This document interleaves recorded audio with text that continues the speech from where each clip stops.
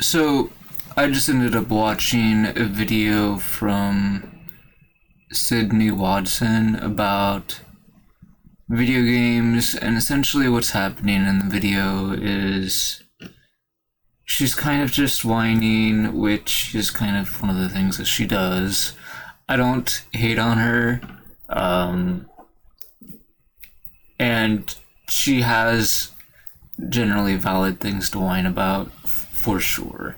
Basically, she's complaining because people's attitudes are so messed up, and it makes sense. Like, who wouldn't get frustrated, irritated, however she feels, disgusted by these people that have these viewpoints?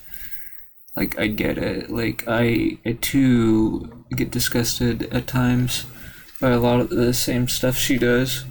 Now, in regards to gaming, you know, I assume I play more games than she does.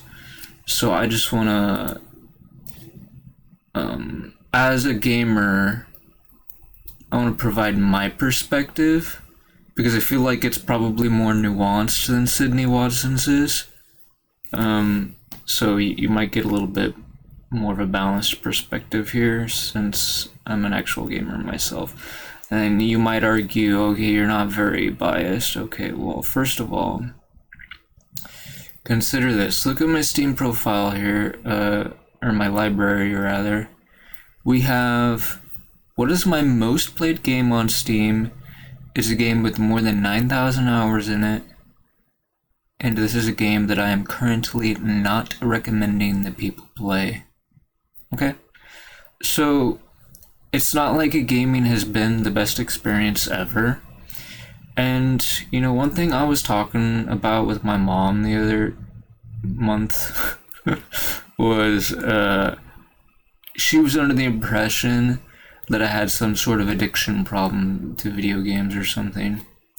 I can see that the reason why she came away with this wrong impression had something to do with the fact that I wasn't choosing my words very carefully. Okay. So let's clarify, why did I manage to spend more than 9,000 hours on Dota 2 in particular? So, the main explanation that I can come up with is that the game does a poor job of respecting the player's time. That isn't to say that you can't spend that much time on a video game and have the game respect your time. But it's hard to say, like how game. Okay, what am I trying to say?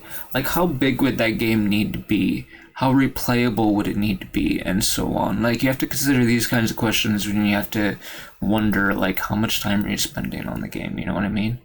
Now, it's funny because I've been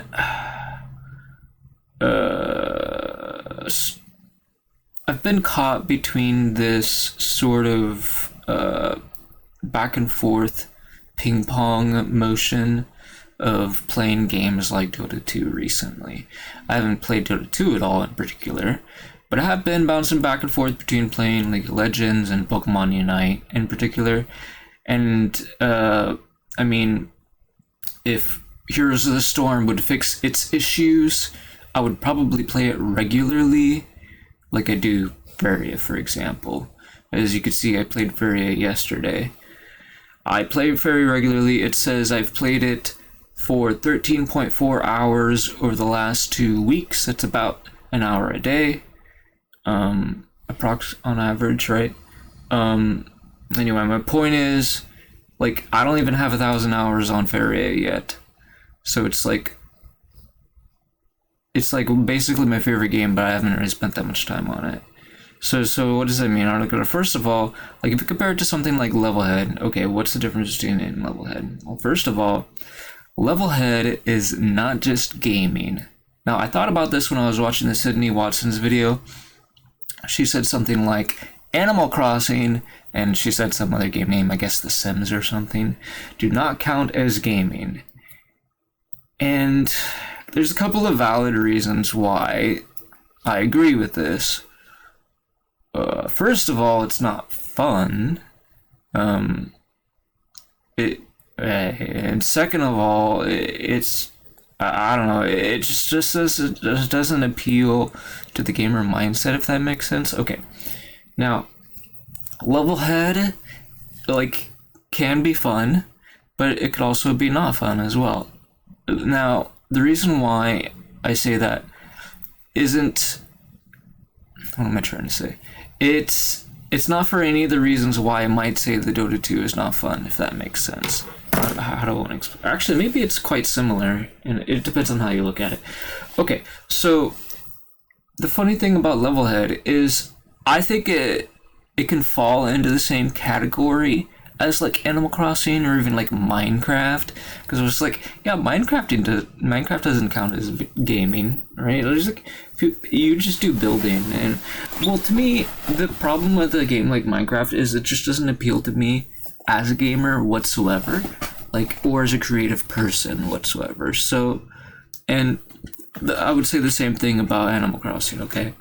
But now something like LeveLHead, which is like Super Mario Maker 2. So if you've played Super Mario Maker 2, you're gonna get a lot of where I'm coming from when I talk about LeveLHead. It's a lot of the same concepts apply as far as what kind of gamer it's trying to attract, okay?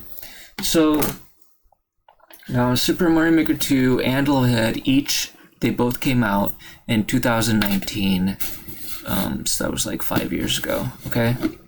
LeveLHead actually came out before Mario Maker 2 did, but it didn't get as much hype, obviously, because it's indie game developers, so they didn't have much advertising.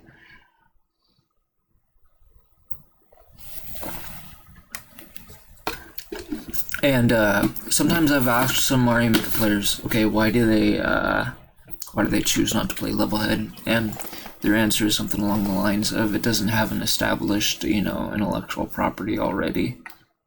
Like it was an original intellectual property that they used for LeveLHead instead of using one that was already established. And while that is a correct observation, it's a very weird reason to me. Like it doesn't, like Ori, for example, the Xbox platformer. Like, it's plenty popular enough, I guess, compared to LeveLHead, right? Like, I think it's more popular than LeveLHead is, but it's not an established IP, right? Like, a modern game doesn't have to have an already existing IP for it to be good. So I think people just aren't willing to give it as much of a chance as it deserves, personally, but whatever. This video isn't meant to be about LeveLHead and to talk about its successes and failures or whatever. My main thought that I'm trying to get across here is it's a game where you spend a decent chunk of the time potentially just creating content for other people, which is basically work, okay? Work in gaming can sometimes be the same thing. And some people might argue, well, it could be fun to build a level. I'd say it could be satisfying to build a level. Fun isn't really the same thing.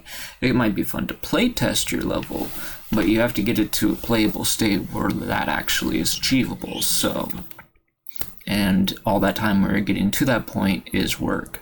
So there's no way around it. It's work to build levels in LeveLHead, and it's work to build levels in Super Mario Maker 2. That's the reality of the situation. So it's one of those interesting situations where it could be considered gaming sometimes, and other times it's not. And I want to say that's not necessarily a negative or a positive thing. Just throwing that out there. It's just what it is. Okay. Now,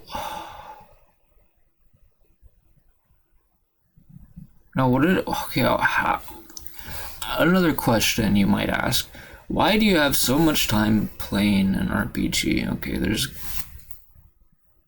pretty good reasons for this. So, are you familiar with the concept of speedrunning RPGs? Now, I don't speedrun RPGs, but I do like to do challenge runs in RPGs.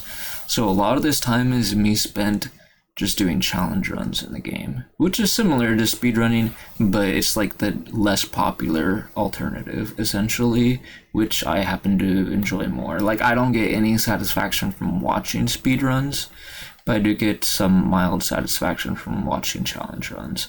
And so I decided to stream me doing some of that for people, and that's where a lot of that time came from.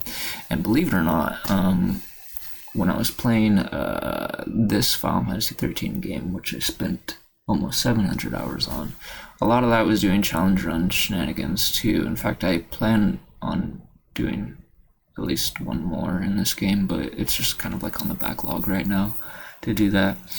Anyway, what was I trying to say? When I was doing a challenge run of this game and when I was playing Mario Maker 2, that's when I was, actually, I'm not sure if it was when I was doing a challenge or not. Maybe I was working towards 100%. But whatever it was that I was doing at the time in 2019, that was when I became an affiliate for the first time. Oh, and that is to say, I don't think people actually showed up to my channel for Lightning Returns or Mario Maker 2 specifically. I got kind of lucky, I guess you could say, because I impressed a fellow streamer enough who was a slightly more successful Mario Maker 2 streamer that they would just regularly raid me, and I think that's the main reason why I got to be an affiliate. Not because I'm a good enough streamer to get viewers' attention, because we all know that's not true. Look at my performance on YouTube, for example. Like, things are a disaster. Now that I think about it, I don't even know if my voice is loud enough, because I just realized that we didn't turn the OB64 up to 100%. Oh, there we go, there's 100. Alright, so to review, okay, I might have just, the volume of the video might have just shot up considerably, and if you need to turn me down, that's fine.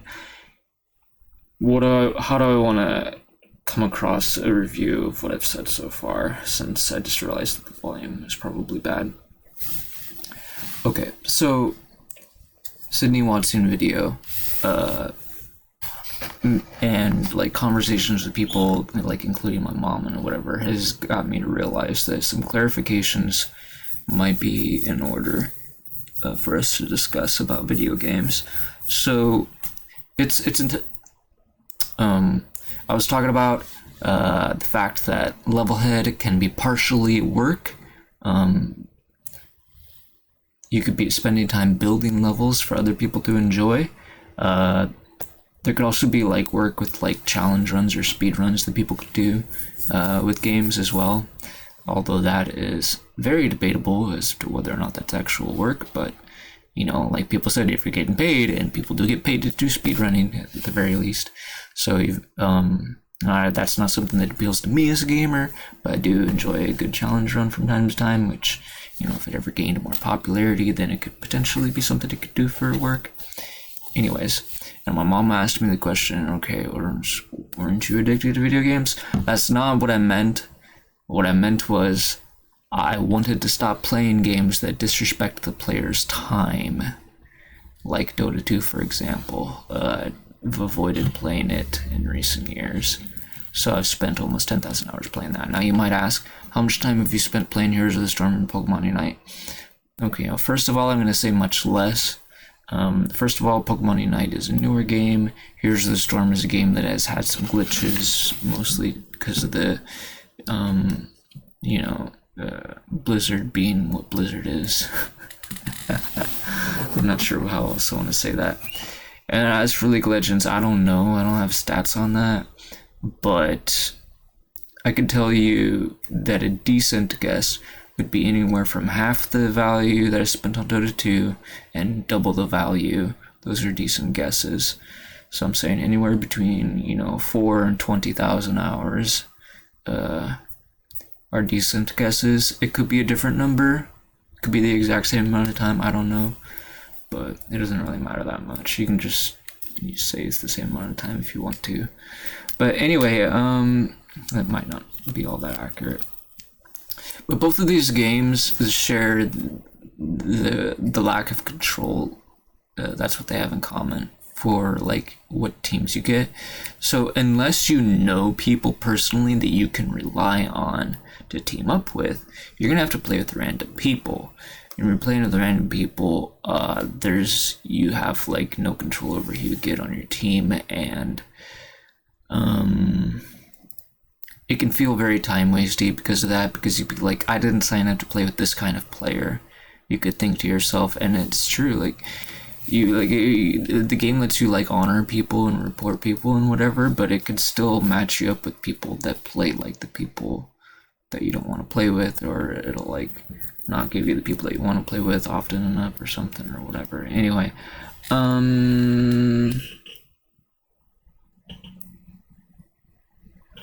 like one of the things I mean to say is, like some people are just like overly opinionated. Like they think, okay, like let's look at a tier list, that some like content creators made.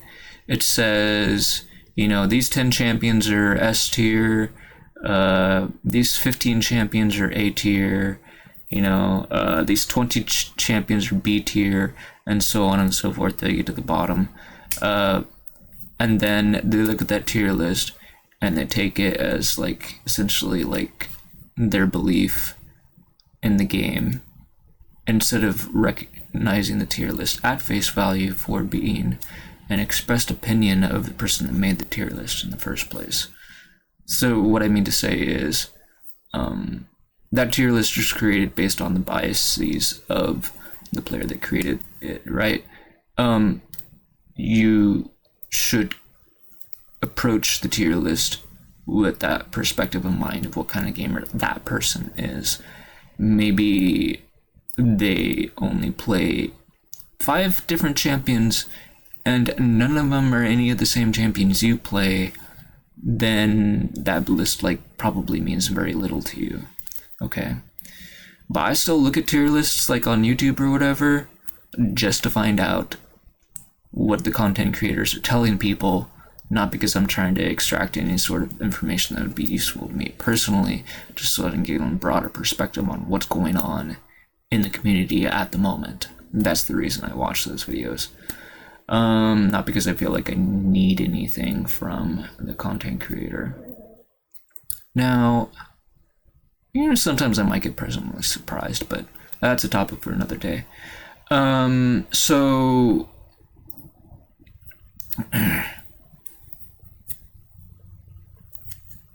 these team strategy games, why would somebody make something like a tier list?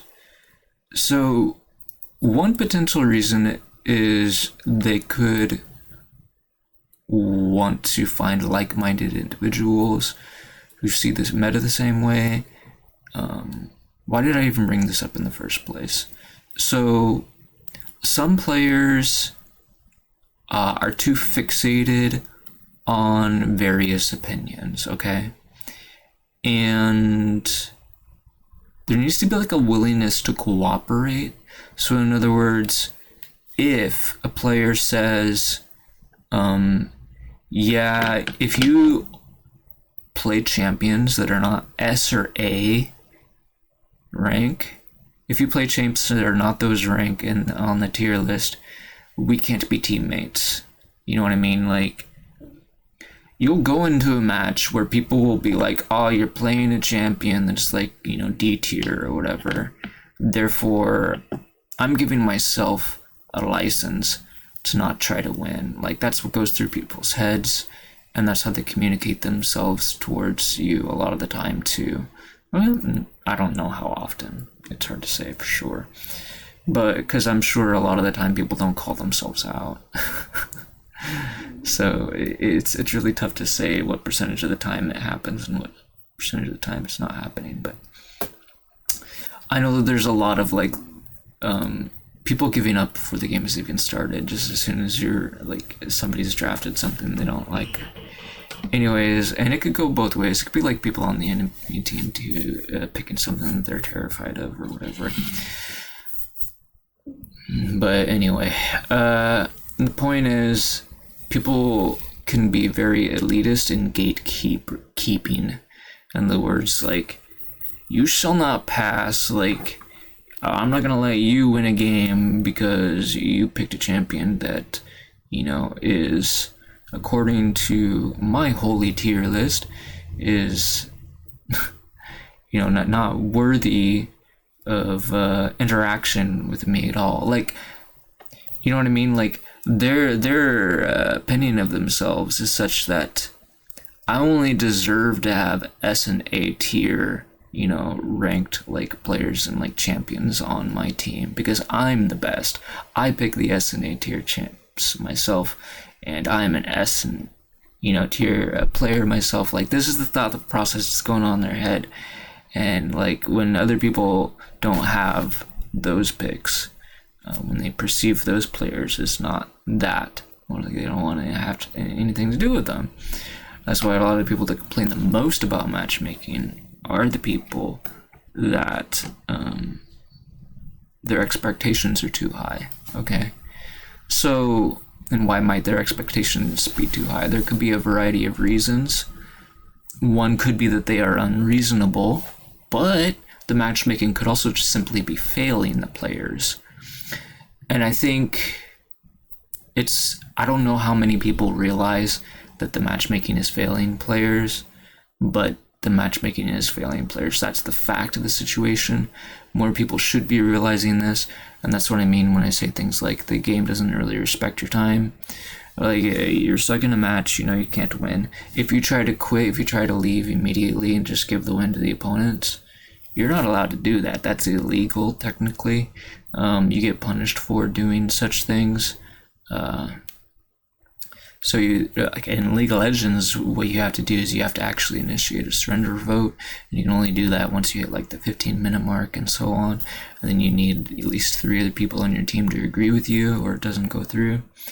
So, anyways, yeah. So it's just a kind of a mess, really. I think there's a couple of main problems. One is the world that we live in, it's just the attitudes of people are just progressively getting worse. And like the game developers don't know how to handle that. They don't know how to design these systems to really, because they want people to play their game, even if they're having a miserable time doing it. Right? They want their game to be popular, blah blah blah. They want stats, they want numbers and stuff. And so,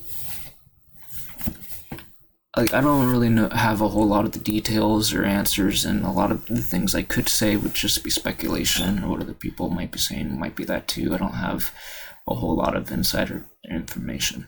But what I can tell you, one thing that I know for sure that is not speculation, that is, I found actual evidence for this that I can tell you about some of these team strategy games, is their matchmaking is corrupted to the point where it's actually trying to have like established personalities stay on top. Okay. So what do I mean by that? Like, in other words, like if somebody was participating in a professional event, you know, for like the whole world to see, like matchmaking's not going to do them dirty. That's the kind of thing I mean to say. You might ask, how do you know that? Why would you come up with such a wild conspiracy? Because of the wild things that I've seen, even at these live events, in both Dota 2 and League of Legends, I've seen on many occasions where, well, maybe not as much in League of Legends, because they have a less, I don't want to say this, less sophisticated spectator system, if it even exists at all. Whereas in Dota 2, it's like you have full spectating access.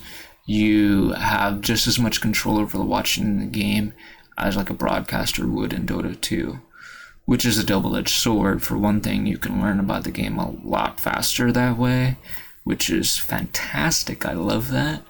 But it's also easier to expose weaknesses of the players, in particular, I guess you could say, than it would be in like a game like League of Legends, for example, where the broadcaster, isn't really looking for that kind of thing, and it's just there to like hype up people about the game and whatever, about the match that's being played and blah blah blah, whatever. And they're focused on trying to be professional or something, and they're not trying to like have shots fired at various players or whatever. So they're not actively looking for those kinds of things, and so as a viewer, it's going to be harder for you to notice. Now, I'm not going to say that I'm like the kind of person that's always a fault finder. That's not what I'm trying to say. I just think that sometimes suspicion is warranted. And if you don't do the due investigation to figure things out, that's on you. You know what I mean? Like, if you're just gonna stay ignorant, then maybe stay out of some of these discussions where you don't know what you're talking about, right? So, anyways, what was I trying to say? So there's like a difference between like a game being highly replayable and a game just like finding ways to waste your time. And one thing that I realized is, ironically, one of the weird things about gaming is the games that seem to be the most addictive are also the games that waste your time the most. How do we want to look up an example on this? Okay, let's look at this game. This game consumed a lot of time. I spent 219 hours playing it. Okay. Do I feel like that was time well spent? Not really. I felt like the game was very grindy. Like, I felt some of the time I just let the game play itself. I'm not gonna lie.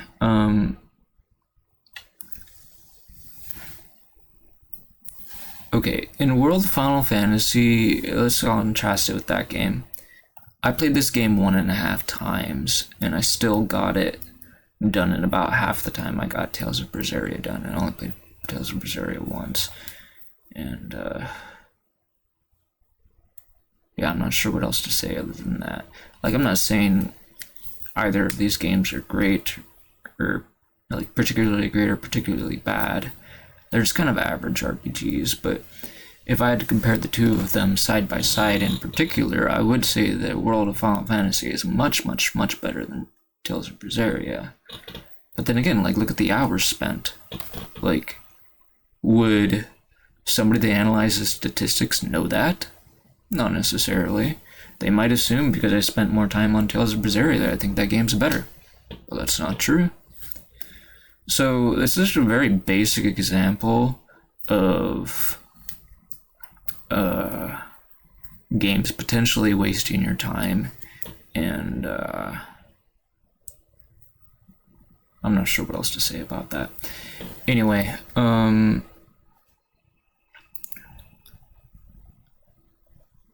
so I think it's interesting because I do think this is a topic worth thinking about, and maybe I should just stop talking now and just throw the question out to you viewers. What do you think about video games that try to waste your time? You know, games that like reset your rank or something, like Hearthstone, for example, League of Legends. They like kick you out of your hard-earned rank and you have to re-earn it. Like, or like even Magic the Gathering. Oh, now there's a new set, there's a new meta that you're gonna have to relearn. Like, it's fine to update games and try to improve them, but the amount that they update these games sometimes just seems to speculate that they just kind of want to keep you invested and keep playing their game instead of like being able to jump around between different games like you know pretty well. It's like they're trying to control you. That's the impression that I get. Like, if you don't keep playing, you know, Magic the Gathering every single month, then you're gonna fall behind when a new set comes out, right? It's like the same concept with like what League of Legends is trying to do, I think. Anyways, so yeah, there's a huge variety of time-wasting shenanigans that can happen in video games. Stuff like RPGs, grinding, like what was happening in Tales of Berseria, for example. Like, sometimes grinding can be satisfying and fun, and sometimes it could not be, right? Like, it wasn't very much fun in Final Fantasy 13 when I was doing those challenge runs, no. It was pretty boring, like, I'm willing to admit it. So even games that might be somewhat fun may have some time wasting shenanigans that are unnecessary. And when it comes time the temptation to cheat, as long as it's single player, go for it, right? But multiplayer is when we run into some problems, like people wanting to cheat in multiplayer, and potentially getting away with it. That's where things can be problematic, and that's the kind of thing I'm talking about when I say that there's corruption in the matchmaking. I'm not going to go into the variety of ways that people cheat. That's a topic for another video in the future potentially, but the point is why would you cheat? Is in order to save time, because people are annoyed with them losing time. So what's a good way to disincentivize people to cheat in multiplayer? Don't waste their time. If you're not wasting their time, they're not going to be incentivized to cheat because they're not going to feel like the time has been getting robbed away from them. So I think game developers need to look to giving players better control over who their teams are, right? And like random matchmaking. For example, a really easy way that the game could fix this. This applies to both Dota 2 and League of Legends. Neither game does this. It's so basic. This is not even controversial. All you have to say is let player have a checkbox, right? All right, here. What do I mean? Let's bring up the League of Legends game. Okay, let's look at my profile for a bit here. Okay, overview. It says my highest mastery champions right now: Senna, Kayn, and Lux. So I could get into a big ol' huge collection overview and discuss all about all these champions that I play and blah blah blah whatever. But here's what I think they should do. Like, let's see, look, this is a champion list right here. This is all the characters that you can pick in the game. It scrolls down, so far, and there's all these champions. Okay, what do I think players should be allowed to do? So let's say, for example, I like Senna as a champion, but I don't play her the same way other people do. Okay, noted. So I think my way of playing Senna is better. Sure, why not? Now, there's a couple of different ways I can approach my knowledge of how Senna could be played. Not what do I mean? So for one, I could try to be Senna's teammate. I could just try to be the best teammate I can be to other Senna players, and then try to make friends with them. And then, if I can make friends with them, then I can try to encourage them to see Senna more the way I see her, and make them better Senna players, and then potentially we could be a strong duo, blah, blah, blah, blah, blah. Okay? So that's one thing that I could potentially have access to. Another thing is I could just be that Senna player and just find other people who appreciate me as a Senna player, even if I'm not the normal Senna player. Both of these two would be valid things to look for that you could look for. What do I mean by that? So there's every champion, you should be able to right click on it here, and then there'll be one of these context menus, right? And you could select different things. Like you could select, instead of it saying view, it could say play with people, and then you select different options like who have mastery level like 5+ on this champ or something like that, or don't play with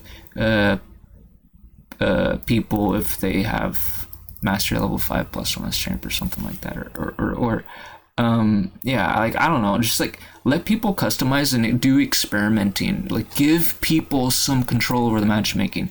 In other words, it'll prioritize you getting teammates from people that have or haven't played those champions. You know what I'm saying? those are just some random ideas. The numbers could change or whatever.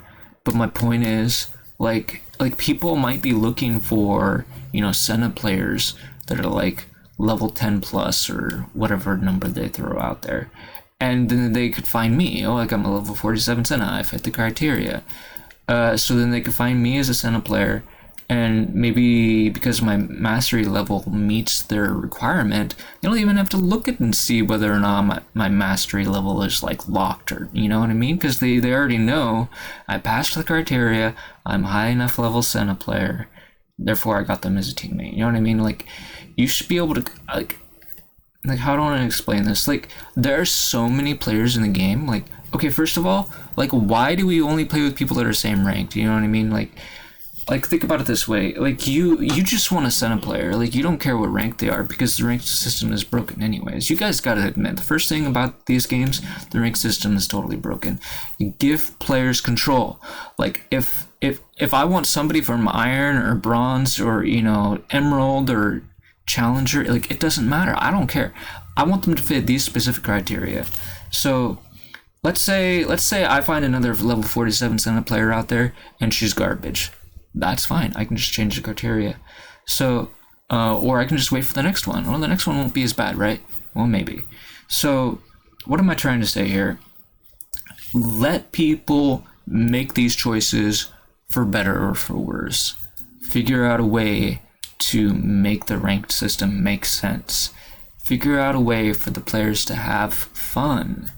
I have so many ideas on how they could fix the matchmaking system, and one just idea, just like you go through this list, and like every champion, it's like should fit a certain criteria, right? Like you might want to say, okay, I just want every player to at least, let's just say for example, have mastery level 4 on all of their favorite picks. You know what I mean? So like, let's say for example, for me, that's everything that is maybe, let's see here.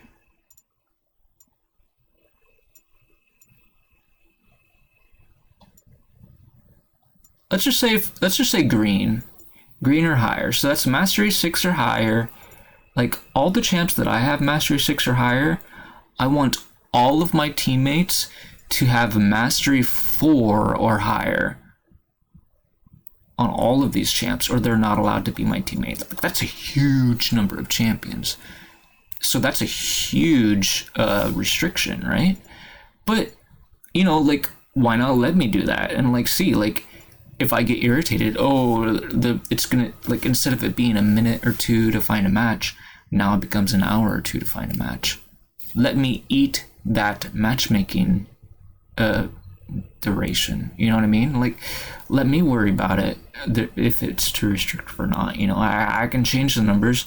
Maybe I'm like, okay, well, you know what? Because they changed Sejuani so much, I actually don't give a crap about her.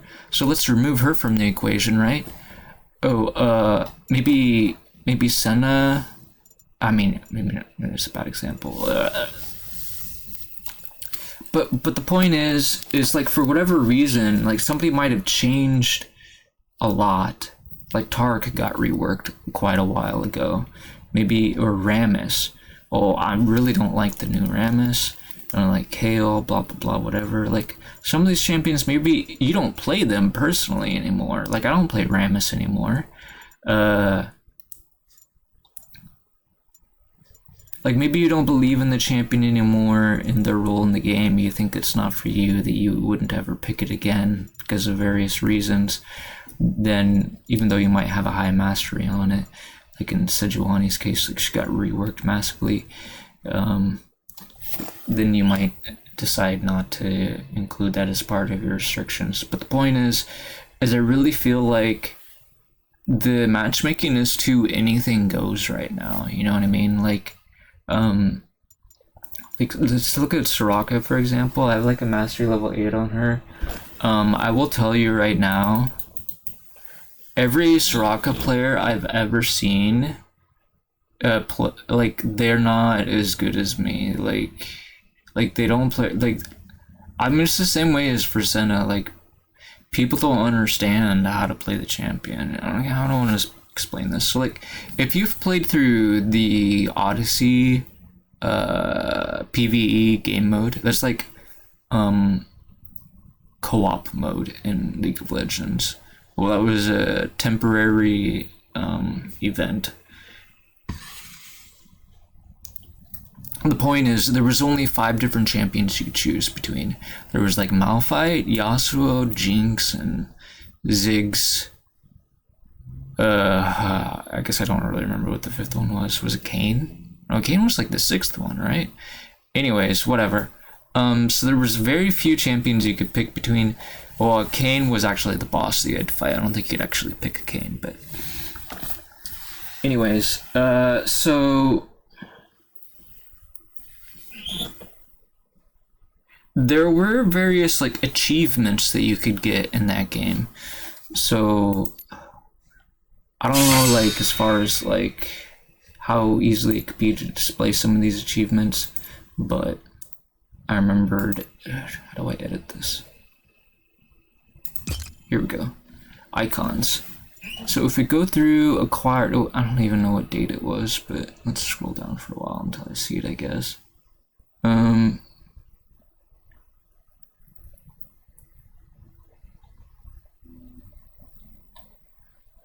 Having trouble finding it. Oh, here it is. Acquired in 2018. Okay. Odyssey Zenith icon. So this was, from what I have determined to be the most difficult achievement to get in Odyssey. It gives you this icon. Okay.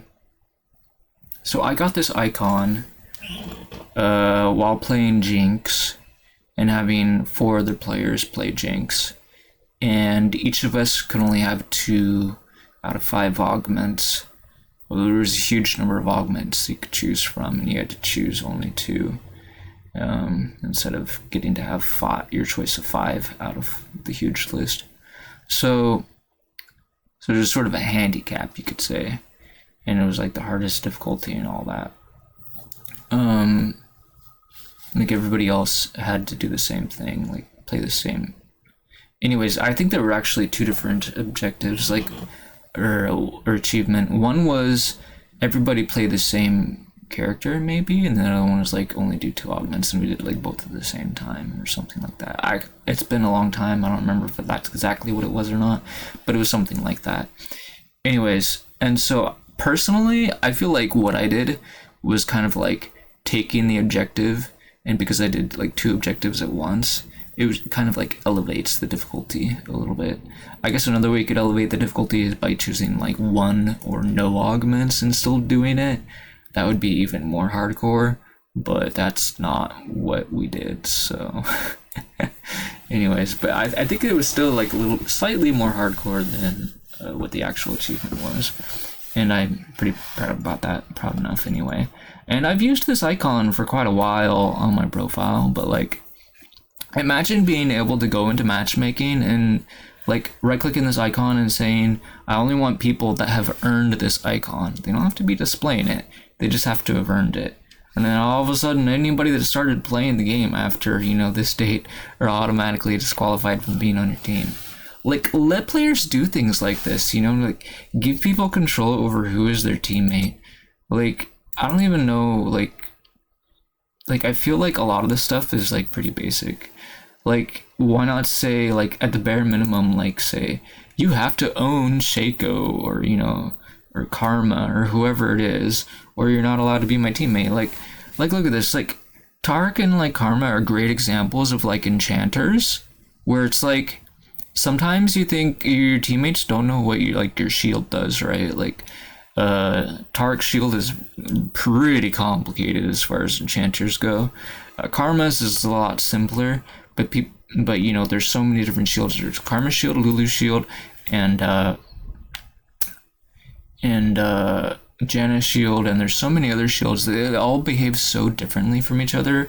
Glask is another good example of shields working so differently. For example, not every player is going to know that if your little pixie does an attack, like, you know, a relocation attack on an enemy, now your ability to shield either Lulu or her teammate goes on cooldown, because that spell is the same cooldown. It's just depending on which target you choose, it has a different effect entirely.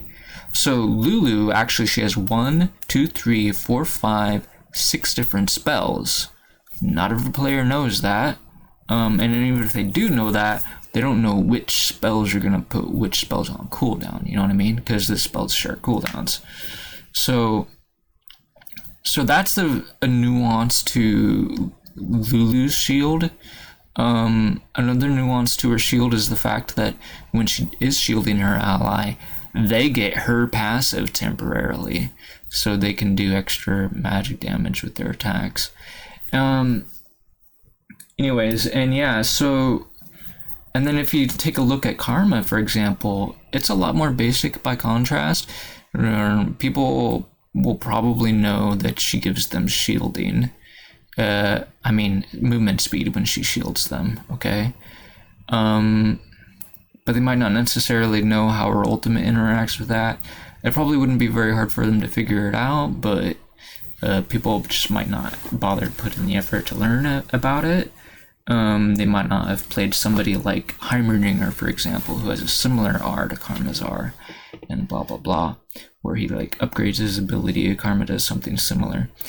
Anyway, and then if you look at like Janna, for example, people might not realize that Janna's shield gives them attack damage while it's still on them.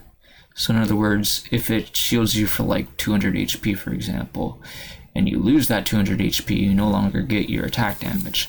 But while that bonus HP of the shield is still on you, you do get it. So that's like a very nuanced detail that people might not realize at all, because like it just could be a really limited opportunity window for you to notice.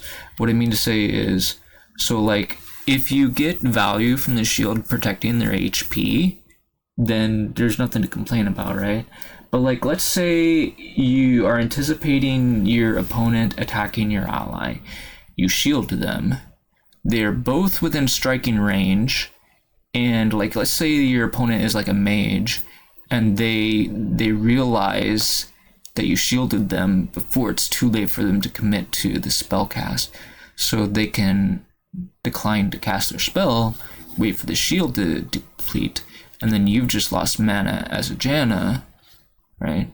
And now your shield is on cooldown as well. So they can literally just wait for the shield to go down and then hit the, you know, Janna's teammate. Now, what Janna's teammate should be doing in that scenario is stop doing nothing or stop attacking minions for a moment and attack the mage that's in attack range right now while the shield is on her, because she's getting bonus damage. And if anybody retaliates against her, she has a buffer against that retaliation. And this is just an extremely basic example of people not understanding how enchanters work. And this seems to happen every time a new patch comes out. You're gonna get people that are trolling and don't know what they're doing, and it's really hard to win with those kinds of people. So like requiring people to like be like, you know, mastery level 4, you know, for example, or even level 10 or whatever your silly requirement is, like I think that's somewhat reasonable. Personally, I might go for something more like mastery level 3 or something like that. But the point is, you want people to have like minimum levels of knowledge on the champions that you play potentially, because otherwise what's the point? Why would you want to play with them if they don't understand what you're capable of? You're just gonna have a really hard time. Like, I didn't sign up to be somebody's coach when I play these games. Like, you know what I mean? Like, actually there's a coaching feature in Dota 2, so technically you can sign up for that in that game if you want. But the point is, while you're a coach, you are not a player. Okay? And while you're a player, you're not a coach. Like, that's the point I'm trying to get across. In League of Legends, you kind of have to be both all the stinking time because we can't add the restriction of like people's experience with the various champs. And I think that's like the most basic way that you can give players control of the matchmaking. And then I think it would respect the player's time a lot more because you chose to play with those kinds of players. You set the criteria for. You know what I'm trying to say? Like, you want to make sure that people are pretty good at each of the enchanters that you want to play. Sure, yeah, let yourself do that. Do you want to maybe stop playing as few enchanters and loosen up the restrictions a little bit? Sure, why not? Then like how long you wait for a match is totally up to you at that point. You know what I mean? Like, you decide how many restrictions you want and how severe they should be and whatever. Like, you might be surprised how quickly you could find matches if you're willing. Like, and I'm just like, think about it this way. Like, if it, okay, let's say you're on like a 4-game losing streak, and it isn't until that 5th game that you finally win. You know what I mean? Like, wouldn't it make more sense to have teammates that enjoy your playstyle every single time? Like, think about it.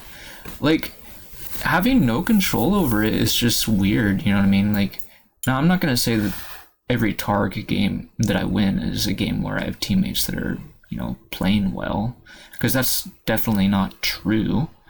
In fact, I think you can count on one hand the number of times I had even one decent ally as Targ. That doesn't say that he's overpowered necessarily. It's just, I don't know, I'm pretty good with him, I guess, maybe more so than average, and maybe I'm just more mentally resilient when I play him or whatever.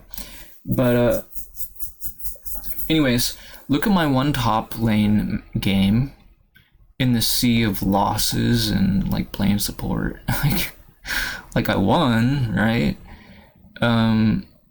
I could have just as easily have been a loss, but it wasn't. Now, but okay, so I won, but, and you could reach for a variety of reasons, but couldn't it just be as simple as I didn't have a lane partner to drag me down? You know? Like, that's a pretty interesting explanation that might be true. Now, I'm not saying the bottom or support are inherently bad roles to choose in ranked, but I feel like they're more coin flippy than they should be, I think is a reasonable thing to say. Like, you can try to pick like a top laner that you think is like S or A tier, you know what I mean? And all you can say is you don't have any control over whether or not your opponent picks that, right? But when you're in bottom lane and you're like bottom or support, it's true that you don't have any control over your lane partner's pick. You know, you don't have any choice about your opponents, what they pick either. So you might pick what you think is like the top tier champ, and maybe it doesn't have very good synergy with your lane partner, or maybe you get counterpicked. Like, for top lane, you don't have to worry about that stuff, right? So I think what I'm trying to say is, if you are the kind of person who doesn't necessarily do things according to the way other people like, I think you're more likely to get people trolling you if you're in bottom lane, whether you're bottom or support. You know what I mean? Like, let's say, for example, someone's playing Darius. In fact, we had a Darius kick our butts recently. I'm not sure which game it was, but I'm pretty, yeah, we definitely lost. I'm trying to remember what game it was. I don't know. You know what, it's probably faster to find out if I just boot it up on Portalfester. Let's check this out real quick.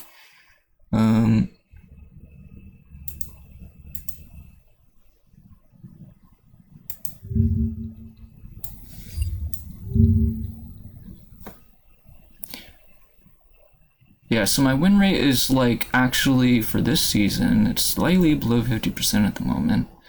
So we're not off to a good start at all.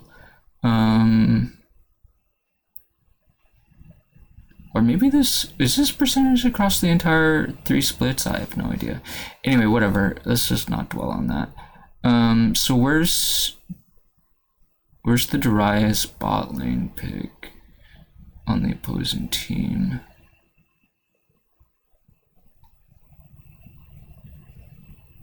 This is it, huh? So now this was an interesting match.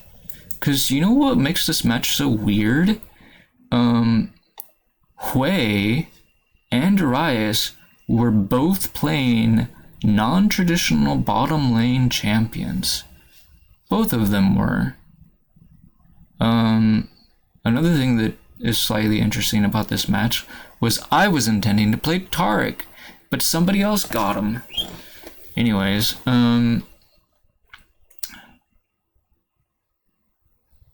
so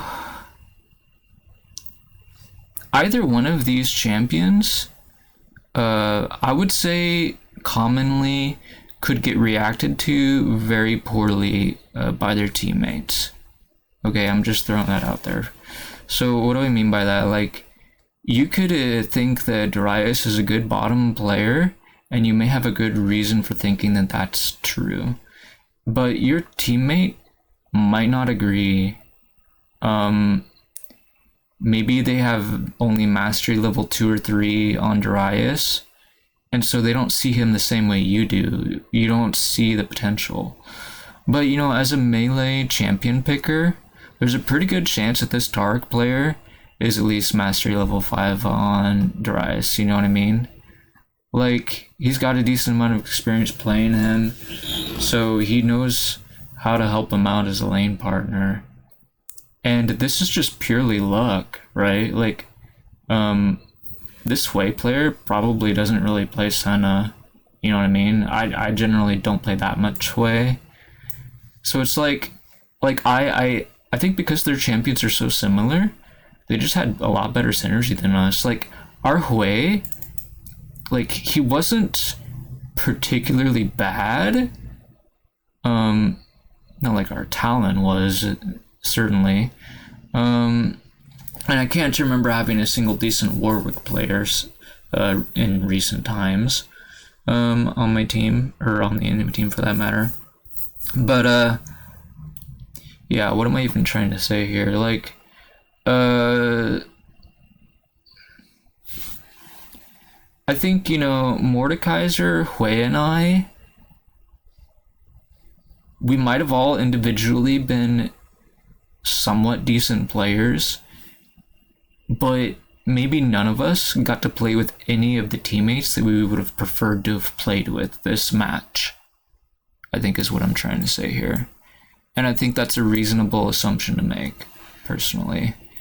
Like, I wouldn't mind playing with a Hui player, but I would like them to have experience on my mains. You know what I mean? And maybe he thinks I'm not a good enough Hui player, you know, to be aware of what he's capable of, blah, blah, blah. So maybe the feeling could end up being mutual, who knows? Like, I think we did kind of decently, but, like, I'd say the main reason we lost was all about the Talon, just goofing off and giving Echo and Ari lots and lots of kills. I think he probably even fed Darius a little bit too, but anyways, it was kind of a nasty beginning to the match because Hui goofed up pretty badly early, and I admit I got outplayed a little bit too, because I was like effectively found myself in a 1 versus 2 situation very early on. But it wasn't something like a mistake that like you couldn't bounce back from, you know what I mean? Kind of situation. And anyway,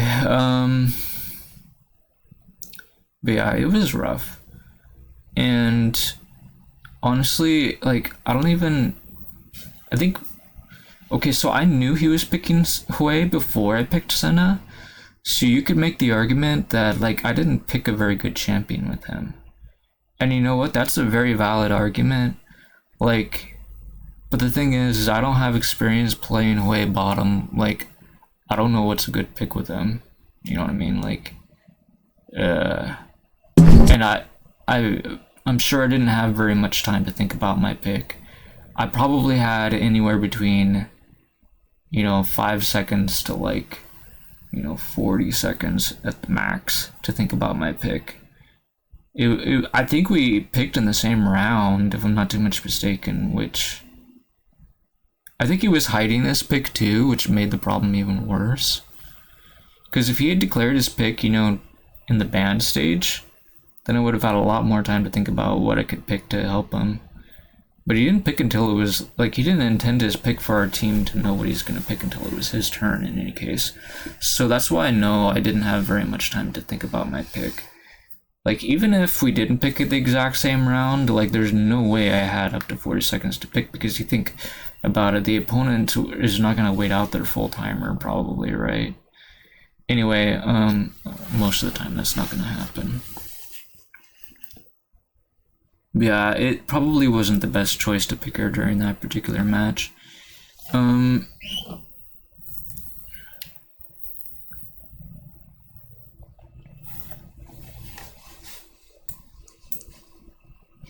Anyways, I've been having such a, like, I was actually doing pretty good. In ranked before the new patch came out. Now that the new patches came out, like, I'm having difficulty adjusting to all these new teammates that I didn't ask to have on my team, you know what I mean? That, like, don't know anything about, like, the champions I'm picking. And, yeah, so I think giving the players more control would make, like, the ride less bumpy, if that makes sense. Like, if we're, like, let's look at it this way.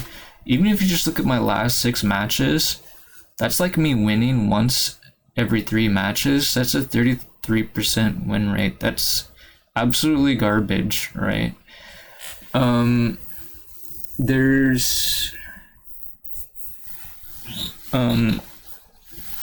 no way you can tell me with a straight face that, like, we played with the kinds of players that we wanted to play with. You know what I mean? Like, I feel like matchmaking is looser than it should be as far as any, like, I think it's, like, really, really random. Like, it only cares about, like, what rank you are or what MMR you are, and, like, basically nothing else. Which those two are generally pretty close to each other anyways, so there's not much point in debating the two. But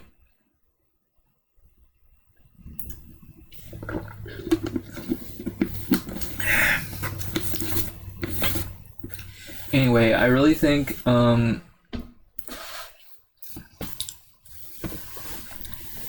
would definitely feel like time is getting wasted during this period of time. Like, you could make the argument, try to form your own team. Or, you know what's wrong with this game? Like, I'll show you one thing that's wrong with the matchmaking. So if you click on play, you have 4 different options here for the main game mode, Summoner's Rift, main battlefield.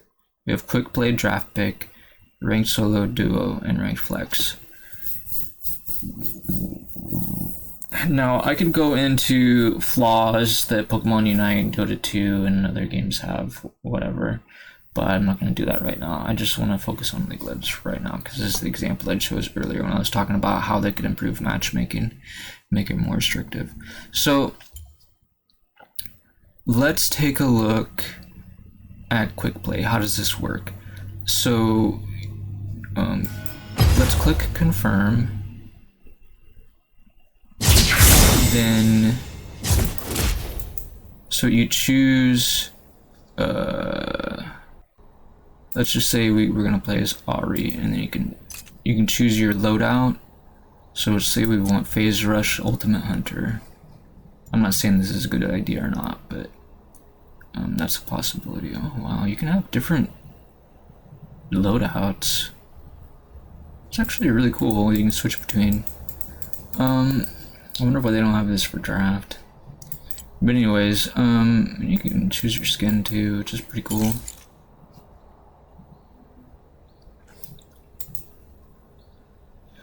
So, okay, you only get 2 different champions, 2 different positions, 1 priority position. Interesting.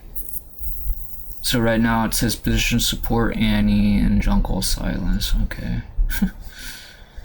Anyways, so I could adjust this and say maybe we don't want jungle Silas. Maybe we prefer, I don't know, Elise or something instead. It doesn't really, you can choose whatever you want.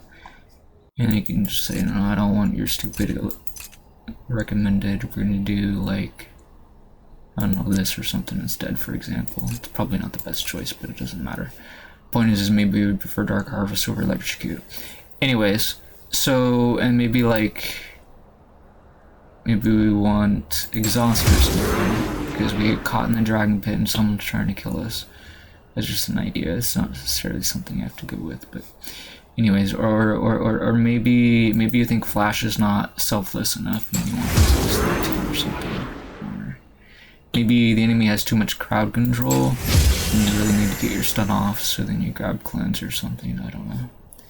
But, so that's the funny thing, like, in quick play, like, there's no draft. Like, you choose, and then you keep what you get. Like, it's kind of interesting. I think it's better than what we used to have for blind pick. But I think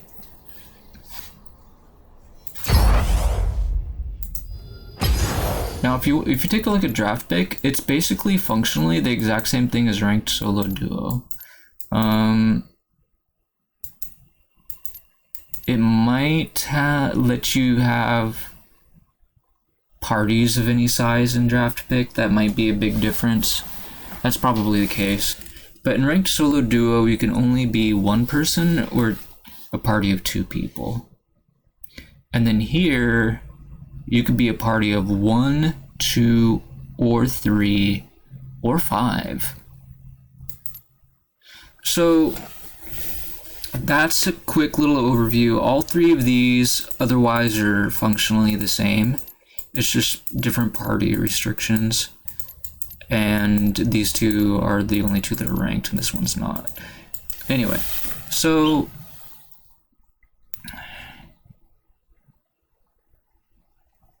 what do I personally feel like is the problem with these 3 modes? First of all, I'm not sure if there's a large problem with draft pick. Maybe it's fine the way it is. I don't really have a strong opinion on it because it's not ranked. But as for ranked, okay, this is similar to what I was saying earlier about restrictions. But like, think about how easy it is to build a team or how hard it is to build a team. Let's say you find 1 person to be your teammate. That's a party of 2. So your options are to play any of these game modes together. But if you're trying to like play against tough opponents and find worthy teammates, I feel like there isn't a worthwhile option for that. Let me explain. So currently Flex Q is kind of like a giant like dice roll. Like you put a bunch of dice in your hand and you roll them and you get whatever. You know what I mean? Like, it's not very predictable. What I propose they change about the matchmaking is make it more predictable. What do I mean by that? So I think, okay, here's what I think. I think what we currently have set up for in ranked solo duo, I think the party rules that we have for it should be the draft pick party rules. In other words, this should be, you know, only groups of 1 or 2 people. Or even if if we have a lot of people not believing that that's a good way to handle the unranked thing, fine, that's whatever. Make the unranked mode be solo players only. How about that? Now you have a mode to go specifically for solo, or you could turn it into its own ranked ladder. There's 2 different ranked ladders here, ranked solo duo and ranked flex. So you could have 3 different ladders, I guess. Anyways, so what would this one be replaced by?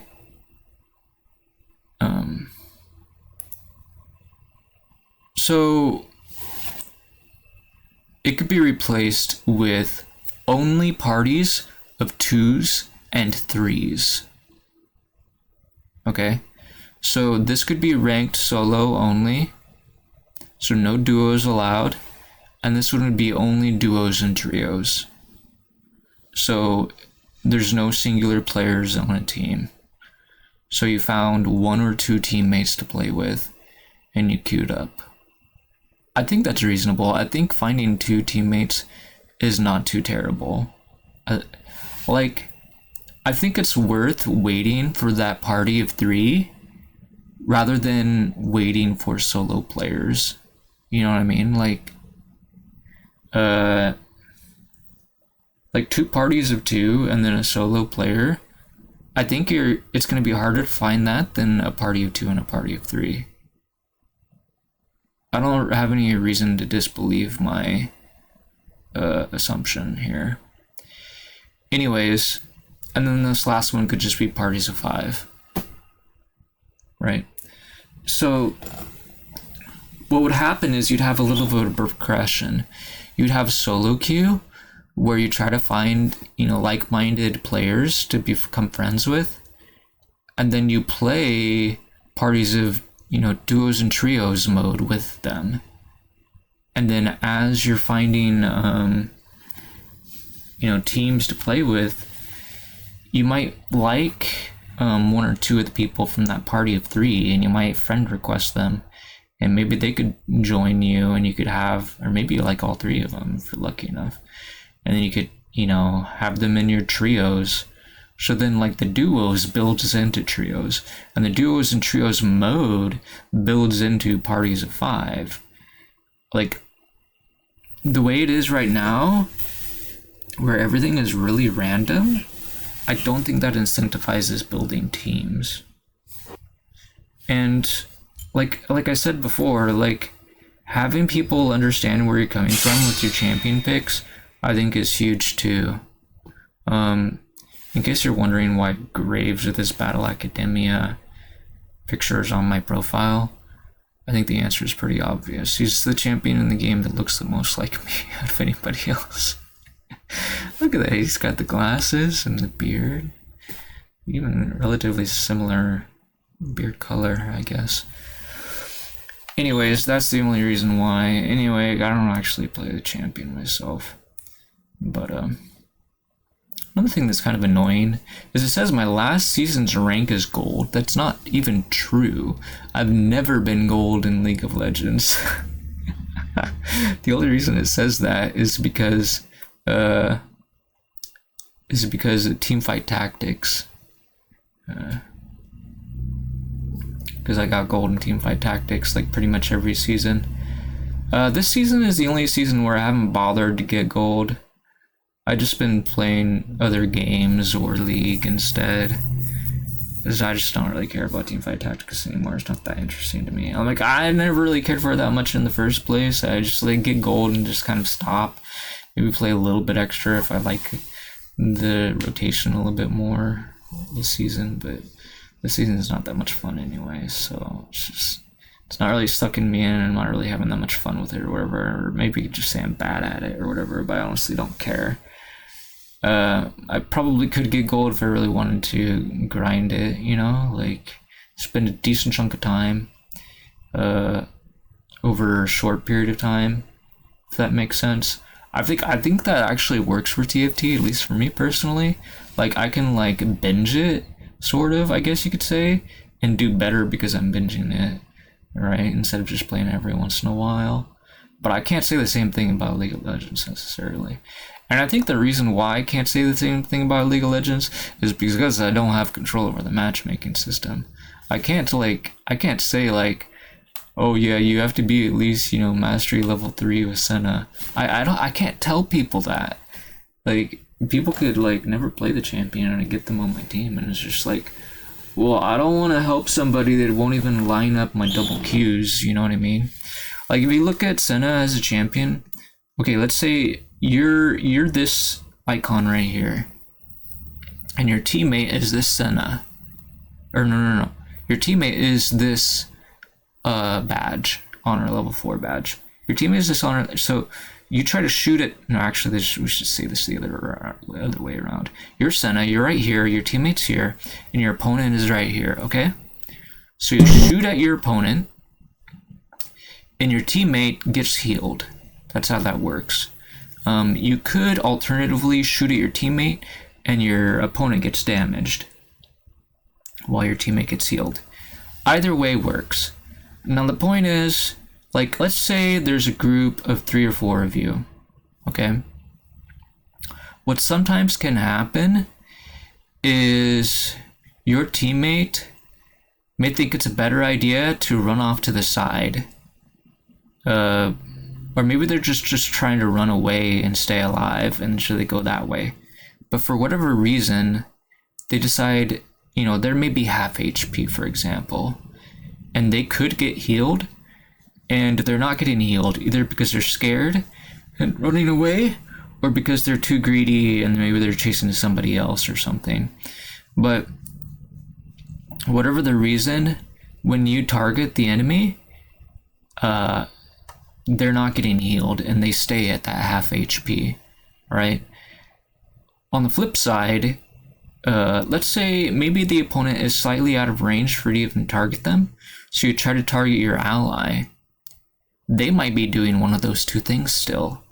And now because they're doing that, they haven't lined up your Q, and your Q doesn't hit the enemy, so all you do is you heal your teammate.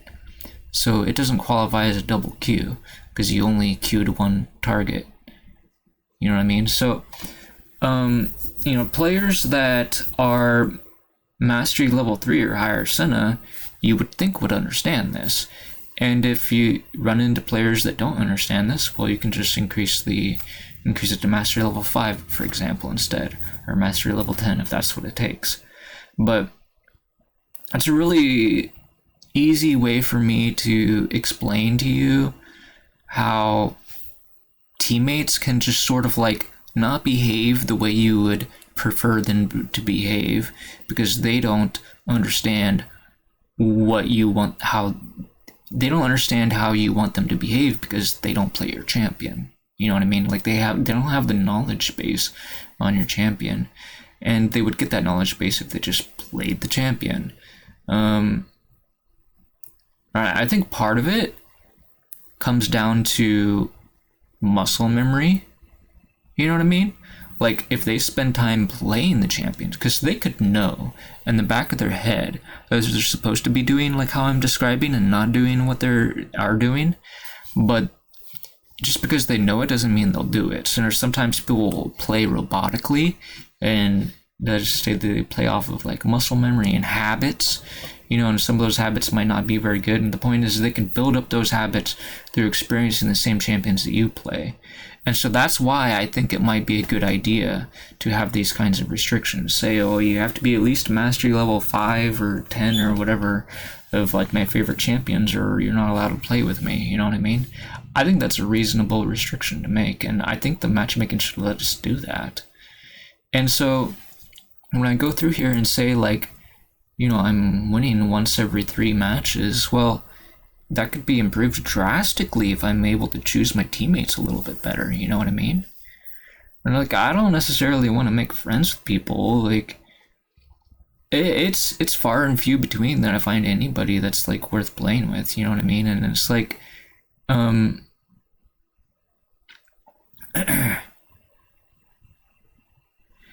anyways, maybe that's what I'll do one day, because I am somewhat attracted to the idea of playing team games, and maybe that's the future for me moving forward, is just find somebody to duo with and duo as high as we can until it's not legal anymore or whatever. But in the meantime, like, I think Riot has, and like anybody that makes a matchmaking system, they have some serious things to think about as far as how they can improve the game for people to give them more control. Because I really feel like a lot of the time it's like, I didn't sign up for these kinds of games, you know, to have teammates that behave like the way they behave. And it's just like, I just want us to have like stuff in common and to like have like some shared interests, like some shared goals and stuff. Like even something super basic like being able to toggle whether or not your jungler prioritizes dragon would be like huge, you know what I mean? Like if I'm a top laner, and let's say for example I want my teammate to prioritize dragon and not ganking for me, then that's like me saying play for the team and don't play for me, right? Like I should be able to check that option, and then like my jungler should have to agree to it for them to be on my team, you know, if that makes sense. So like there's some top laners, they might prefer getting, you know, preferred ganks, you know, from the jungler, but others might not prefer that. So and it also might depend on the champions that you're intending to pick as well. So like let's say you're playing like a solo pusher or something, potentially you might benefit from getting ganks, like maybe your Nasus or York or something. Some guy who can just walk down the lane and end the game by himself, you know. Those kinds of champions, sometimes the junglers could like help them out and get them really far ahead. Maybe it's Mordekaiser or whoever, maybe it's Tom Kench. It doesn't really matter who it is. It matters more like the players, the play style, the builds that they choose, and like how well they handle the matchup. Can they just completely dominate the opponent or not, and that kind of thing. Like, do they have experience playing the champion that they're playing against, you know? Because then that, is the opponent lacking that? There's a lot of nuance to top lane that I think a lot of players don't get. And personally, I think that the nuance in top lane is why I would recommend the new players play top lane. Not because I think they'll do well, but just because they'll learn faster there than they will anywhere else. But that's just kind of my opinion. Anyways, another good lane to learn relatively early would be jungle. And then you could branch out from there. But anyway, top lane is one of the ones I have the least experience playing, actually. Although by now it's probably mid has dropped off to that least experienced role now. But I've definitely played more jungle bottom and support than I've played top. But this past year I've started to play more top than I would bottom. Especially when I get tired of playing support. Currently, the last time I picked ranked solo duo queue, I was doing support and top, as is still what you can see here. So that's what I last picked. So they didn't always used to keep this remembered, but now they keep it remembered, which is kind of a nice little quality of life change. But anyway, they need way better control for the players, and so at least for these kinds of game in particular, there's some ideas out there for people to entertain, and who knows, maybe if enough people like the idea, maybe Riot will add it.